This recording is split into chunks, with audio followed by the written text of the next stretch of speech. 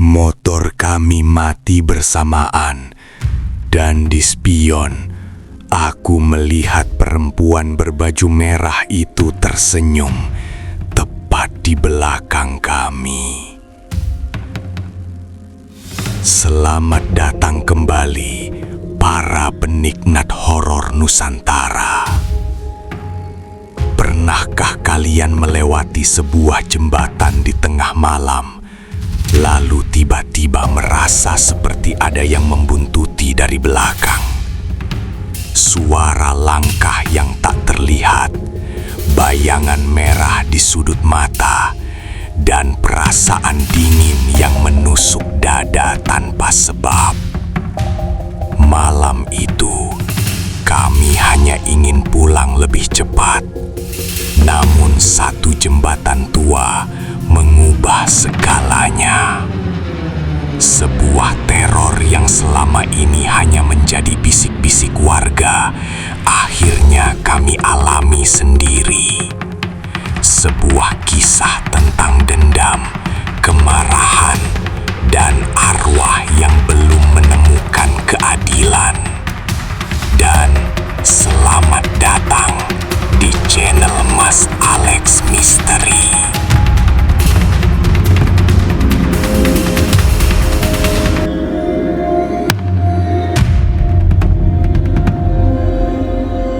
Sebelum lanjut, jangan lupa klik like, komen, subscribe, serta nyalakan loncengnya ya. Serta jangan menonton sendirian. Malam itu, aku, Budi, bersama Andi, Rian, Dika, dan Wawan baru saja pulang dari rumah teman di desa sebelah. Jam menunjukkan hampir pukul 12 malam. Jalanan sepi, hanya suara mesin motor dan jangkrik yang menemani. Kami memilih jalan pintas agar cepat sampai rumah, meski harus melewati jembatan tua yang katanya angker. Awalnya kami tertawa, saling mengejek cerita-cerita mistis yang sering didengar. Tapi entah kenapa, semakin dekat ke jembatan itu, suasana terasa berubah. Udara menjadi dingin dan pembicaraan kami perlahan menghilang. Sebelum berangkat, sebenarnya kami sempat diingatkan warga. Kata mereka, jembatan itu sering minta korban. Banyak pengendara motor mengaku diikuti perempuan berbaju merah. Bahkan ada yang terjatuh tanpa sebab. Aku ingat jelas wajah bapak tua itu saat berkata, "Kalau lewat sana, jangan menoleh ke belakang."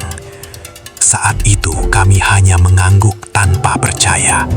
Kini, di tengah jalan sunyi ini, kata-kata itu terngiang kembali di kepalaku, seperti peringatan yang terlambat kami pahami. Tak lama kemudian, jembatan itu akhirnya terlihat. Tua, sempit, dan hanya diterangi satu lampu kuning redup. Cat besinya mengelupas, dan sungai hitam mengalir pelan di bawahnya. Kami memperlambat laju motor. Jantungku berdetak lebih cepat. Saat roda motor menyentuh papan jembatan, aku merasakan getaran aneh, seolah jembatan itu bernafas. Tak ada angin, tapi bulu kuduku berdiri. Dan saat itulah, firasat burukku berubah menjadi ketakutan. Di tengah jembatan, Andi yang berada di depan tiba-tiba mengangkat tangan, memberi isyarat berhenti. Kami semua terdiam. Dari belakang, terdengar suara langkah kaki di atas besi jembatan. Padahal jelas, kami berlima adalah rombongan terakhir.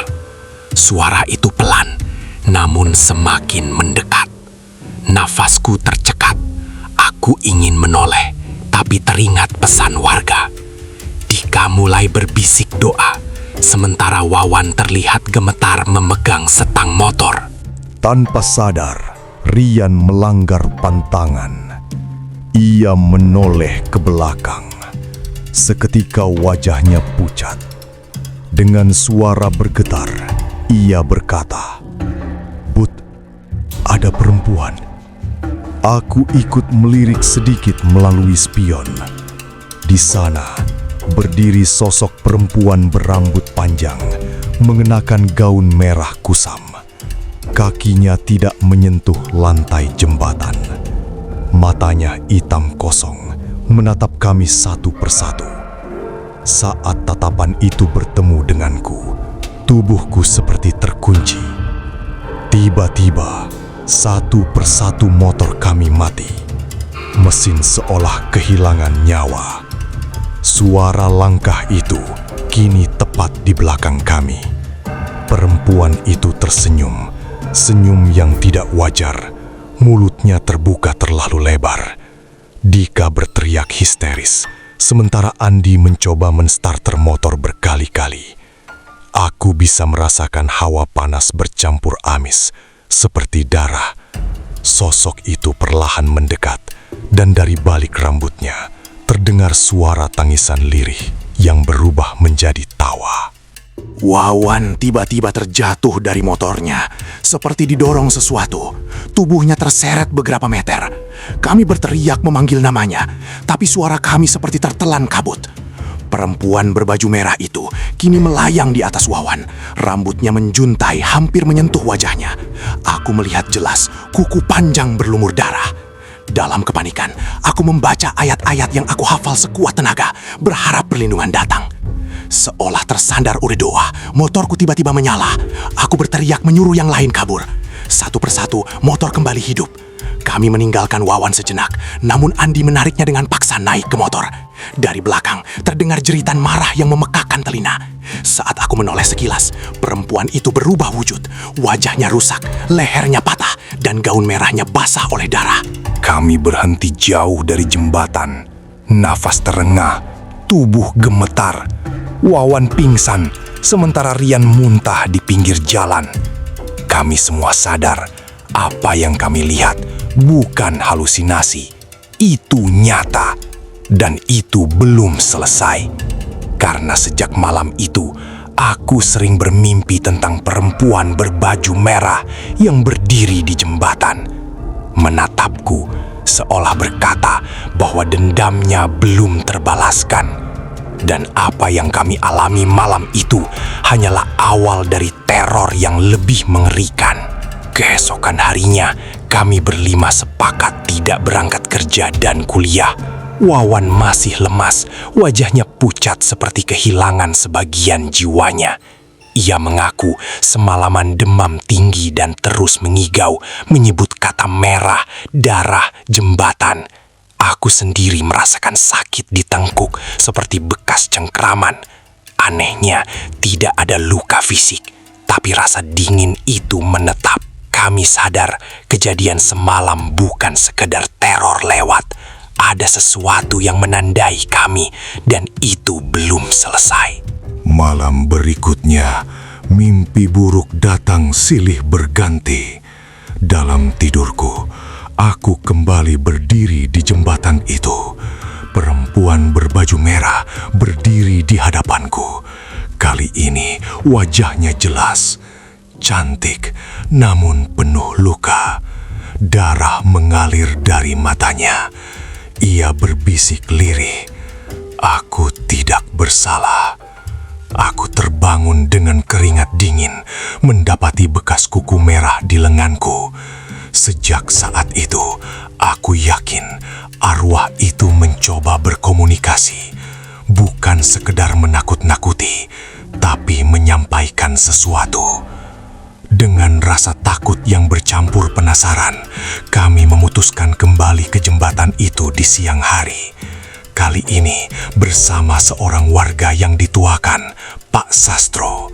Saat kami tiba, suasana terasa normal. Tapi Pak Sastro tiba-tiba berhenti, menatap sungai dengan wajah muram. Ia berkata, "Disinilah semuanya bermula." Dari ucapannya, kami tahu jembatan ini menyimpan sejarah kelam yang sengaja dilupakan orang-orang. Pak Sastro mulai bercerita. Puluhan tahun lalu, ada seorang gadis bernama Sari. Ia dikenal pendiam dan sering melewati jembatan ini setiap malam. Suatu hari, ia ditemukan tewas di sungai dengan tubuh penuh luka. Warga menyebutnya kecelakaan, tapi kebenarannya jauh lebih kejam. Sari hamil di luar nikah, dan orang yang menghamilinya adalah tokoh berpengaruh. Untuk menutup aib, Sari dibungkam selamanya. Sari dibunuh dengan kejam di atas jembatan ini. Tubuhnya diseret, dipukuli, lalu dilempar ke sungai. Gaun merah yang ia kenakan malam itu menjadi saksi bisu kematiannya. Arwahnya tidak pernah tenang. Dendam, rasa sakit, dan ketidakadilan mengikatnya pada jembatan ini. Sejak saat itu, satu persatu pengendara diganggu, terutama laki-laki yang lewat sendirian di malam hari. Pak Sastro menatap kami satu persatu. Ia berkata, kami telah dipilih bukan untuk dibunuh, tapi untuk menjadi saksi karena kami melihat wujud aslinya. Sejak malam itu, tanda kutukan mulai muncul. Rian sering mendengar suara perempuan menangis di kamar mandi. Dika melihat bayangan merah di kaca spion motornya. Sementara aku mulai merasakan amarah yang bukan milikku. Sekolah hatiku diisi dendam orang lain. Pak Sastro menyarankan satu cara. Arwah Sari harus didoakan dan kebenarannya diungkap. Malam Jumat Kliwon, kami kembali ke jembatan. Kali ini bukan untuk kabur, tapi menghadapi. Angin berhembus kencang, lampu jembatan berkedip. Saat doa mulai dibacakan, udara berubah panas. Dari tengah jembatan, sosok itu muncul lagi. Kuntilanak merah dengan wajah penuh amarah. Namun kali ini, ia tidak langsung menyerang. Tangisannya pecah. Ia menjerit, mengungkapkan penderitaan yang ia alami. Pengkhianatan, kekerasan, dan kematian yang tidak adil. Kami semua terdiam. Bahkan rasa takut berubah menjadi pilu. Kuntilanak merah itu menatap kami dan berkata, "Aku hanya ingin didengar." Untuk pertama kalinya, aku melihat bukan monster, tapi korban. Namun dendam tidak mudah dilepaskan. Saat doa hampir selesai, amarahnya kembali meledak. Angin berputar, jembatan bergetar. Sosoknya berubah mengerikan. Pak Sastro berteriak agar kami tidak lari. Dengan suara lantang, ia menyebut nama Sari dan mendoakannya. Perlahan, teriakan itu berubah menjadi tangisan. Lalu senyap. Malam itu berakhir dengan keheningan yang aneh. Tidak ada angin, tidak ada suara. Jembatan kembali sunyi. Pak Sastro berkata, arwah Sari belum sepenuhnya pergi, tapi dendamnya telah mereda. Kami pulang dengan perasaan campur aduk. Teror memang berhenti, tapi sejak saat itu, jembatan itu selalu sepi. Tak ada lagi yang berani melintas sendirian setelah tengah malam. Sejak malam ritual itu, hidup kami perlahan kembali normal. Wawan mulai pulih, meski sorot matanya tak pernah sama. Rian berhenti berkendara malam. Dika menjual motornya. Aku sendiri masih sering terbangun dini hari, mendengar bisikan yang memanggil namaku. Pak Sastro berkata, arwah yang menyimpan dendam jarang benar-benar pergi. Mereka hanya diam, menunggu. Dan entah kenapa, setiap kali hujan turun, pikiranku selalu tertuju pada jembatan itu. Beberapa bulan berlalu, jembatan itu resmi ditutup. Tidak ada pelang penjelasan, hanya garis pembatas dan semak liar yang dibiarkan tumbuh. Warga memilih jalan memutar meski lebih jauh. Katanya, lebih baik capek di jalan daripada membawa pulang teror. Anehnya, di malam tertentu, lampu jembatan yang sudah mati bisa menyala sendiri. Seolah ada yang masih berdiri di sana. Suatu malam, aku bermimpi lagi. Sari berdiri di tepi jembatan, gaun merahnya berkibar pelan. Kali ini, wajahnya tenang. Ia menatapku dan berkata, "Dendamku belum habis, hanya ditunda." Saat aku terbangun, jam menunjukkan pukul 3.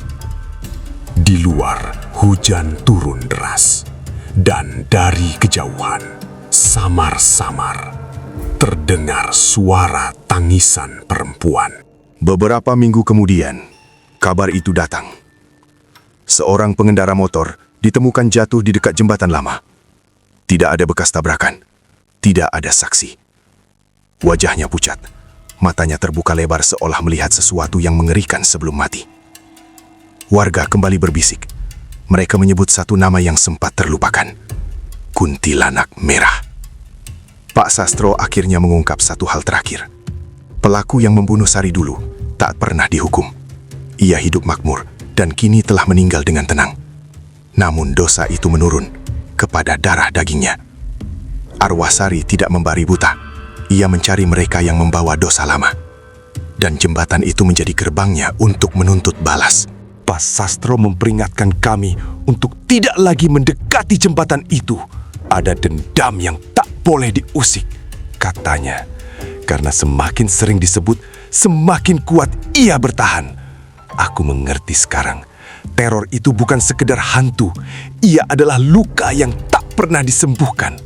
Dan selama kebenaran dikubur, Kuntilanak Merah akan terus menjaga jembatan itu. Malam terakhir, aku bermimpi tentangnya. Sari tersenyum tipis, lalu menghilang ke dalam kabut. Tapi sebelum pergi, ia berbisik, "Jangan biarkan mereka lupa." Aku terbangun dengan satu keyakinan. Kisah ini harus diceritakan, bukan untuk menakut-nakuti, tapi sebagai peringatan bahwa kejahatan yang disembunyikan akan selalu menemukan jalannya sendiri. Suatu senja, aku berdiri jauh memandang jembatan itu. Matahari tenggelam, mewarnai langit merah darah. Untuk sesaat, aku melihat siluet perempuan berdiri diam di tengah jembatan. Tidak menyeramkan, hanya sunyi, seperti penjaga luka lama yang tak pernah sembuh. Aku menunduk, lalu pergi tanpa menoleh lagi. Hingga hari ini, masih ada pengendara yang mengaku mendengar bisikan di jalan itu. Ada yang melihat rambut panjang melambai dari balik kabut. Ada pula yang merasa diikuti sampai rumah. Kuntilanak Merah tidak meminta takut. Ia hanya menuntut agar kisahnya tidak dikubur bersama kebohongan. Jadi, jika suatu malam kalian melewati jembatan sepi dan udara tiba-tiba terasa dingin, jangan menoleh sembarangan. Bisa jadi Kuntilanak Merah masih berdiri di sana, menunggu, mengingatkan bahwa dendam yang lahir dari ketidakadilan tak pernah benar-benar mati. Sekian cerita dari Mas Alex. Jangan lupa nantikan cerita kami selanjutnya.